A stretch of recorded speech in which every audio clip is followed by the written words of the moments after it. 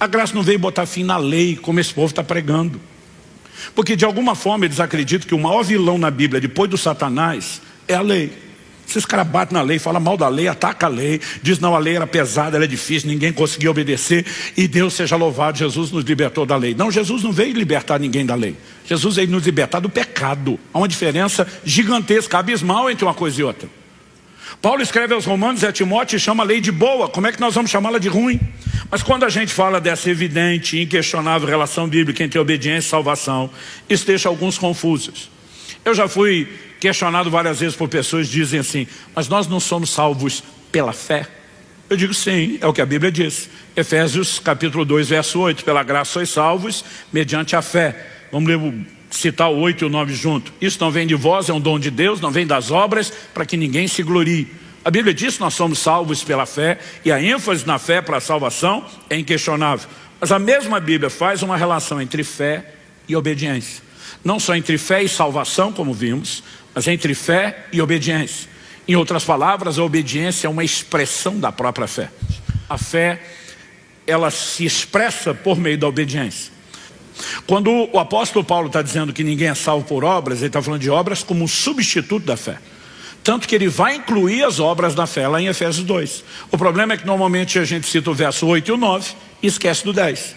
No 8 e no 9, ele diz, pela graça sois salvos mediante a fé, isso não vem de vós, é um dom de Deus, não vem das obras para que ninguém se glorie. Verso 10, pois somos feitura dele, criados em Cristo Jesus para as boas obras. Traduzindo, o que Paulo está dizendo na carta aos Efésios é que nós não somos salvos pelas obras, mas que nós fomos salvos para as obras, porque as obras acompanham a fé. Quem está entendendo? Tiago não está dizendo o que Paulo falou, ele está dizendo, você quer ter uma fé que não tem obras? Eu vou te dizer, essa fé é inútil, ela não vai produzir resultado, porque a fé bíblica, e ele vai argumentando com os textos bíblicos, ela tem que ter obras. Então ele não está falando de obras que substituem a fé.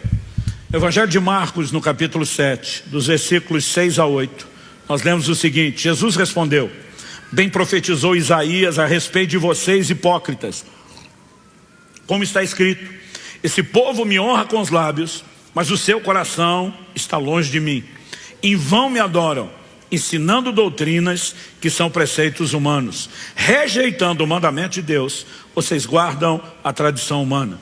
Em primeiro lugar, Jesus fala de um povo que honra com os lábios, mas o coração está longe. Qual a definição de um coração longe?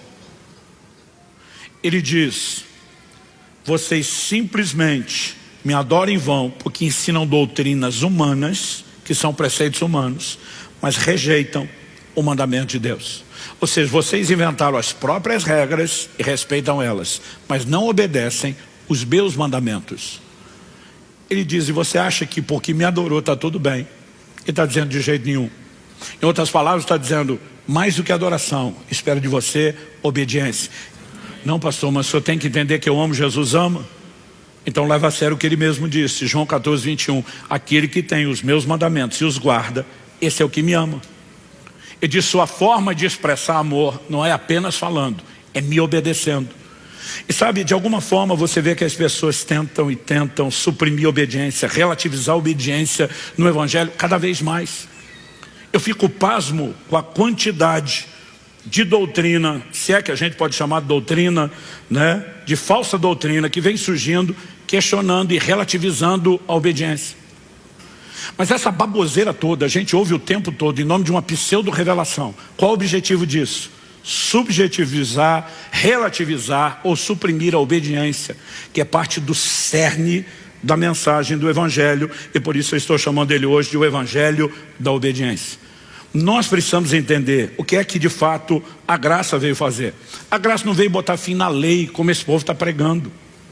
Porque de alguma forma eles acreditam que o maior vilão na Bíblia, depois do Satanás, é a lei.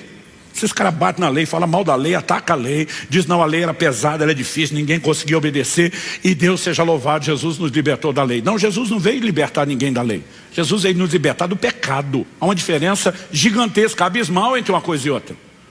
Paulo escreve aos Romanos e a Timóteo e chama a lei de boa. Como é que nós vamos chamá-la de ruim? Porque o povo está pregando uma graça que só perdoa pecado se você continuar pecando. E não é a mensagem bíblica. Jesus disse a essa mulher, vá e não peques mais. Só que honestamente, a maioria de nós pensa quando lê isso, impossível. Mas peraí, só tem 3 possibilidades ou probabilidades lógicas para a gente tratar disso. Primeiro, Jesus mentiu para a mulher, trollou ela. Vai no Pex Mais, mas não é possível, ele está enganando ela. Isso cabe com a natureza de Jesus? Não. A Bíblia diz que ele é luz e nele não há treva alguma. A Bíblia diz que Deus não pode mentir.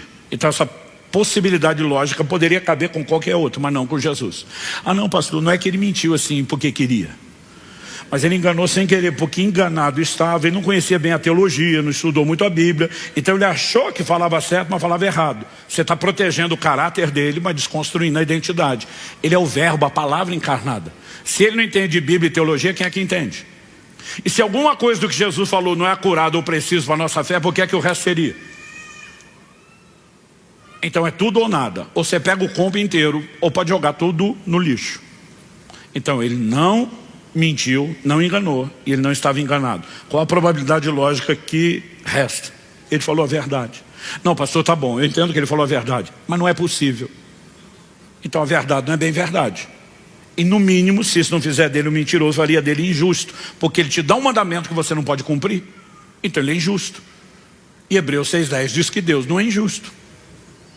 Então só existe uma conclusão que você pode chegar: que ele não apenas falou a verdade, ele não está se referindo a algo que é impossível, pode até ser impossível para os recursos humanos, mas presume-se, evidentemente, que por trás do mandamento existe uma disponibilização de recursos que viabilizem o cumprimento da ordem dada.